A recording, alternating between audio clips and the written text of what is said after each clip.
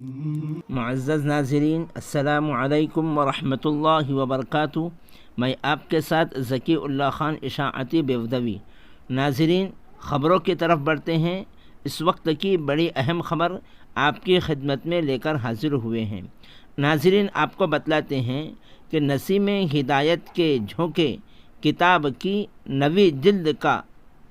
رسم اجرا بدست مبارک حضرت مولانا مفتی محمد روشن شاہ صاحب قاسمی دامت برکاتہم الحمدللہ یہ بتاتے ہوئے بڑی مسرت اور شادمانی ہو رہی ہے کہ نسیم ہدایت کے جھونکے کی نویں جلد کی کتاب کا رسم اجرا بتاریخ 7 شعبان المعظم 1442 ہجری مطابق 21 مارچ 2021 بروز اتوار بمقام دارالعلوم سنوری، ضلع اکولہ، مہاراشٹر،